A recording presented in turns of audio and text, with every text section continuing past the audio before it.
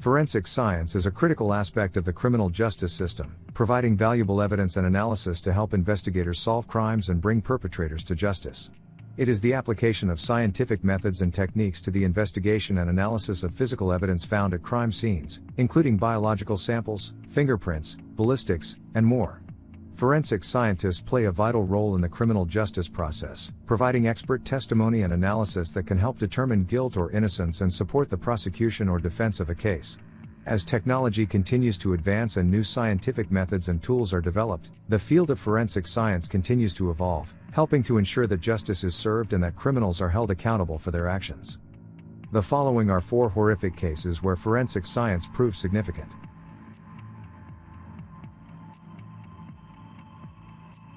Ernest Randall Comeaux, aka the Cop Rapist, aka the Southside Rapist.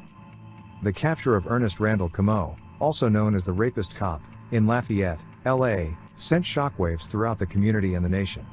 Comeaux, a former Lafayette Police Department officer, was accused of sexually assaulting multiple women while on duty. The heinous crimes he committed not only violated the trust placed in law enforcement but also shattered the lives of his victims. The capture of Comeaux was a significant achievement for law enforcement and a victory for justice. The story of the Rapist Cop began to unfold in 2017 when multiple women reported sexual assaults by a Lafayette Police Department officer. The accusations were shocking and disturbing, especially coming from someone who was supposed to protect and serve the community. The investigation into the allegations was extensive and involved multiple law enforcement agencies, including the FBI. As the investigation progressed, the evidence against Comeaux began to mount. It became clear that he had used his position of power to prey on vulnerable women. He would often approach women who were in distress and offer to help them, only to take advantage of them later. His actions were not only immoral but also illegal, and the community demanded justice. Finally, on June 22, 2020, Comeaux was arrested and charged with multiple counts of sexual assault. His arrest was the result of a meticulous and thorough investigation that involved the use of forensic evidence and witness testimony. The arrest was a significant victory for law enforcement and a step towards healing for the victims. The capture of Comeaux was a testament to the hard work and dedication of law enforcement officers. The investigation was complex and required the cooperation of multiple agencies, but they worked tirelessly to ensure that justice was served. The arrest of Comeaux also sent a strong message to other law enforcement officers who might be tempted to abuse their power. The victims of Comeaux's crimes also played a significant role in his capture. Their bravery in coming forward and sharing their stories not only helped in the investigation but also sent a message that sexual assault would not be tolerated. Their courage inspired others who might have been victimized by Comeaux or other law enforcement officers to come forward and seek justice. In conclusion, the capture of Ernest Randall Comeaux, the Rapist Cop, in Lafayette, LA, was a significant achievement for law enforcement and a victory for justice. His crimes were heinous and violated the trust placed in law enforcement. The investigation into his actions was extensive and involved multiple agencies, but the hard work and dedication of law enforcement officers paid off. The arrest of Comeaux was a strong message to other law enforcement officers that abuse of power would not be tolerated. The victim's bravery in coming forward was also instrumental in his capture and sent a message that sexual assault would not be ignored. The capture of Comeaux was a significant step towards healing for the victims and the community. Now let's discuss how forensics took him down. The first step in collecting forensic evidence was the physical examination of the victims. Forensic nurses and physicians conducted medical examinations of the victims to collect DNA samples, hair samples, and other physical evidence. The samples were then sent to forensic labs for analysis. The DNA samples collected from the victims provided a crucial link between Comeaux and the sexual assaults. The analysis of the DNA samples was done through a process called DNA profiling. DNA profiling is a forensic technique that uses DNA to identify individuals by analyzing specific regions of their DNA. The technique can link a suspect to a crime scene or exclude them from it, depending on whether their DNA matches the evidence found at the scene. In the case of Comeaux, the DNA samples collected from the victims matched his DNA, providing a direct link to the crimes. The forensic analysis also included the examination of other physical evidence, such as clothing fibers and hairs. The fibers and hairs collected from the crime scenes were compared to those found in Comeaux's home and vehicle. Another crucial piece of evidence was the examination of Comeaux's electronic devices. The forensic examination of Comeaux's phone and computer revealed incriminating evidence, including messages and images that linked him to the sexual assaults. The analysis of his electronic devices was critical in establishing his involvement in the crimes. In summary, the capture of Ernest Randall Comeaux, the cop rapist, in Lafayette, LA, was the result of a meticulous use of forensic evidence. The application of forensic science, including DNA profiling, fiber analysis, and electronic device examination, was instrumental in linking Comeaux to the sexual assaults. The forensic evidence collected provided a direct link between Comeaux and the crimes, ensuring that justice was served.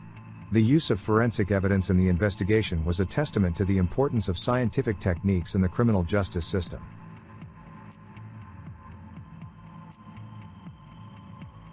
Genene Jones, aka the serial killer nurse. Genene Jones, also known as the killing nurse, or serial killer nurse, is a former pediatric nurse who was convicted of murdering one child and suspected of harming dozens more. Her case has been the subject of much controversy and attention, highlighting the dangers of medical professionals who abuse their positions of trust and the importance of accountability and oversight in the healthcare field. Jones worked at various hospitals and clinics in Texas in the 1970s and 1980s, where she was responsible for the care of young children. During this time, a concerning pattern of infant deaths and illnesses emerged, with many of the cases linked to Jones's shifts.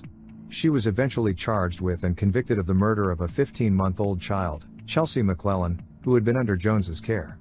Despite this conviction, however, many other cases remain unsolved or unproven, leaving many questions about the extent of Jones's crimes. The case of Genene Jones highlights the dangers of medical professionals who abuse their positions of trust and power. Healthcare providers are in a unique position of authority, and patients often rely on them for their safety and well-being. When a provider abuses that trust, the consequences can be severe and long-lasting, as demonstrated by the cases linked to Jones. Patients and their families should always be able to trust that their healthcare providers are acting in their best interests and upholding the highest standards of ethical and professional conduct. At the same time, Jones's case also underscores the importance of accountability and oversight in the healthcare field. Medical professionals must be held to the highest standards of conduct and performance, and any suspicions of misconduct or malpractice must be thoroughly investigated. This requires a robust system of monitoring and oversight, as well as the willingness of healthcare providers to speak out when they see something concerning. In conclusion, the case of Genene Jones is a stark reminder of the dangers of medical professionals who abuse their positions of trust, as well as the importance of accountability and oversight in the healthcare field. One of the key pieces of forensic evidence in Jones's case was the use of exhumations and autopsies of her victims. These procedures helped uncover evidence of suspicious injection sites and other signs of possible medical malpractice or wrongdoing. By examining the physical remains of the victims, forensic experts were able to gather critical information about the circumstances of their deaths and the possible involvement of Jones or other healthcare providers. Another important aspect of the forensic investigation of Jones was the use of toxicology and other medical tests to identify potential causes of death or illness in her patients. By analyzing samples of blood, urine, and other bodily fluids, forensic experts were able to detect traces of drugs and other substances that could have been used to harm the victims. This information helped build a case against Jones and provided valuable evidence for prosecutors to use in court. Finally, forensic evidence also played a role in the investigation of Jones's behavior and possible motives for her crimes.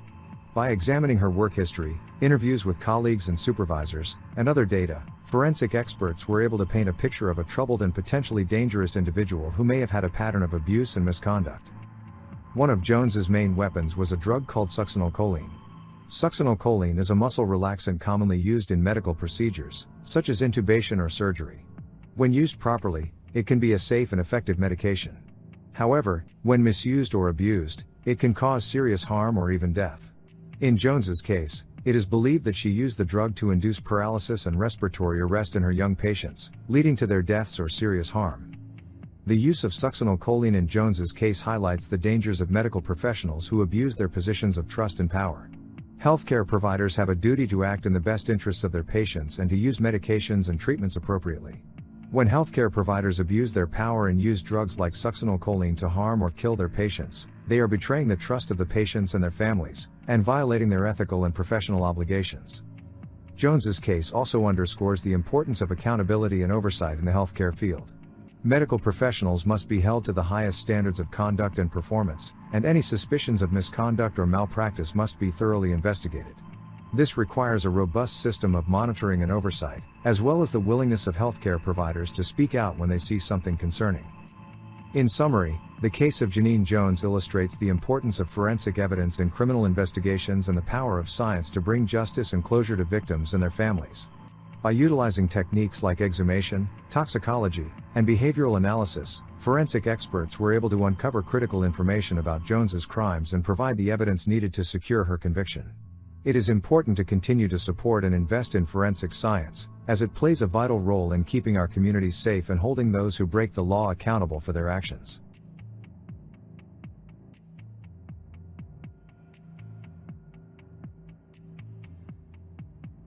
Let's take a brief moment to hit that like and subscribe button.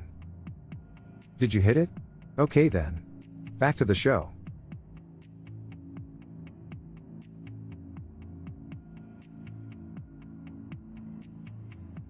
The Christopher Campano case.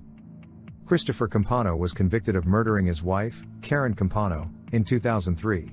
The case captivated the attention of the public due to the shocking nature of the crime and the investigation that led to Christopher's eventual arrest and conviction.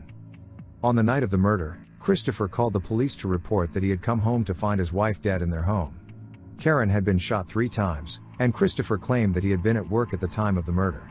However, the police soon discovered inconsistencies in Christopher's story and began to suspect that he was involved in Karen's death. Forensic evidence played a critical role in the investigation and conviction of Christopher. The police found gunshot residue on Christopher's clothing, indicating that he had fired a gun. Additionally, forensic experts were able to match a shell casing found at the scene of the crime to a gun that Christopher had purchased a few weeks before Karen's murder. Further investigation revealed a possible motive for the murder. Christopher was having an affair with a woman he had met online, and he had expressed a desire to leave his wife. Karen had recently discovered Christopher's infidelity, and she had threatened to leave him and take their children with her. This provided a possible motive for Christopher to murder his wife and eliminate the obstacle to his relationship with his mistress. The trial was a highly emotional and intense affair, with Christopher maintaining his innocence throughout. However, the weight of the forensic evidence against him was overwhelming, and he was eventually found guilty of murder and sentenced to life in prison. The case of Christopher Campano and the murder of Karen Campano underscores the importance of forensic science in the criminal justice system. Without the expert analysis and interpretation of physical evidence, it may have been much more difficult to bring Christopher to justice for the murder of his wife. The use of forensic evidence also serves as a powerful deterrent to potential criminals, as it demonstrates that even the smallest trace of physical evidence can be used to uncover the truth and bring perpetrators to justice. In conclusion, the case of Christopher Campano and the murder of Karen Campano is a tragic reminder of the dangers of domestic violence and the importance of forensic science in solving crimes and bringing justice to victims and their families. The use of forensic evidence played a critical role in the investigation and conviction of Christopher, demonstrating the power of science in the pursuit of justice. So how did forensic science reign supreme? Let's take a look. One of the key pieces of evidence was gunshot residue found on Christopher's clothing. This provided strong evidence that he had fired a gun, which was consistent with the fact that Karen had been shot multiple times. The gunshot residue was analyzed using sophisticated forensic techniques to determine the type of residue and the likely distance from which the gun was fired. This helped to corroborate the police's suspicions that Christopher had been involved in the murder. Another critical piece of evidence was a shell casing found at the scene of the crime. Forensic experts were able to match this casing to a gun that Christopher had purchased a few weeks before the murder. The matching of the casing to the gun was achieved through ballistic testing, which involves analyzing the unique marks left on a bullet or casing by a particular firearm. This provided further evidence linking Christopher to the murder and helped to solidify the case against him. In addition to the physical evidence, forensic experts also analyzed the crime scene and the victim's body for any other clues that could help identify the killer. This included examining blood spatter patterns and identifying any fibers or other materials found on the victim or at the scene. Through careful analysis of these materials, forensic scientists were able to piece together a detailed picture of the crime and identify Christopher as the likely perpetrator. Overall, in summary, the use of forensic science played a critical role in solving the Christopher Campano case. The physical evidence and analysis provided by forensic experts provided a strong foundation for the police investigation and the eventual conviction of Christopher for the murder of his wife. The case demonstrates the power of forensic science in solving crimes and bringing justice to victims and their families.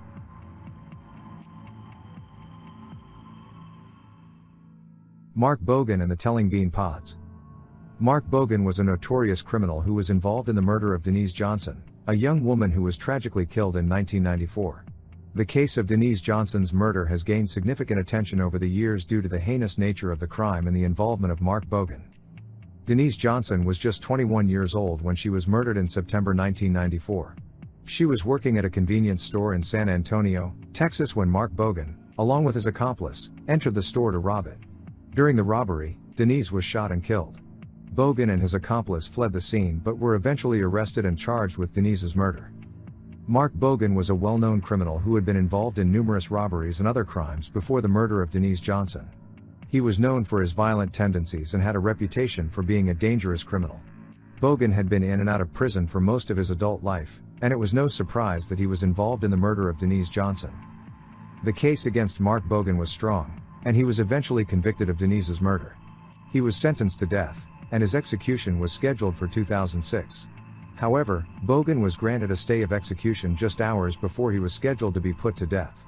The reason for the stay of execution was due to a claim that Bogan's lawyers had not provided adequate representation during his trial. Bogan's case was eventually reviewed, and he was granted a new trial. However, this trial also ended with a guilty verdict, and Bogan was once again sentenced to death.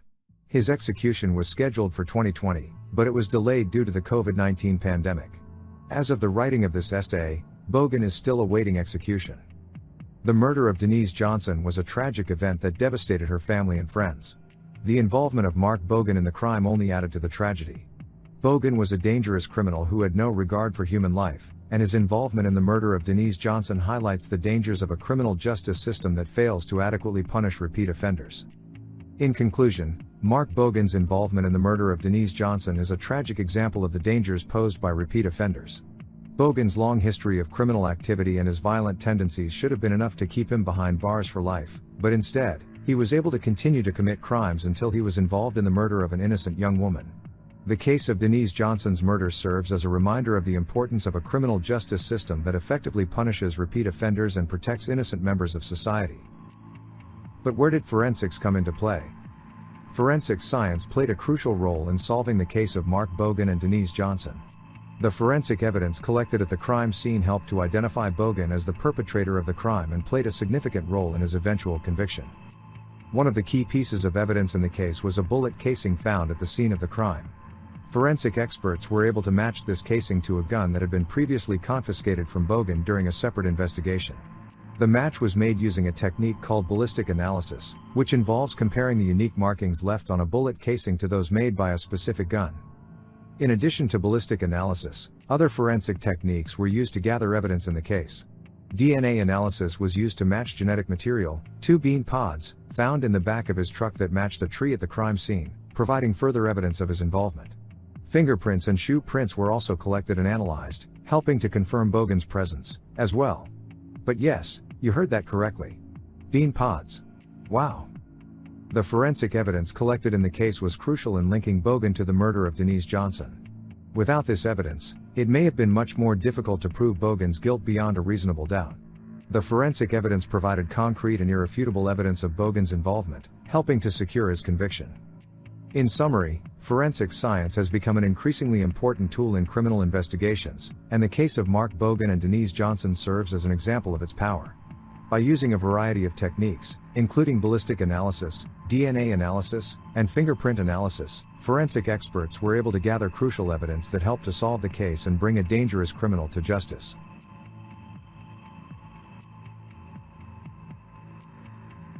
So there you have it. 4 truly terrifying, horrific, and heinous crimes destroyed by the use of forensic science. I hope you enjoyed the show. I love you. And good day.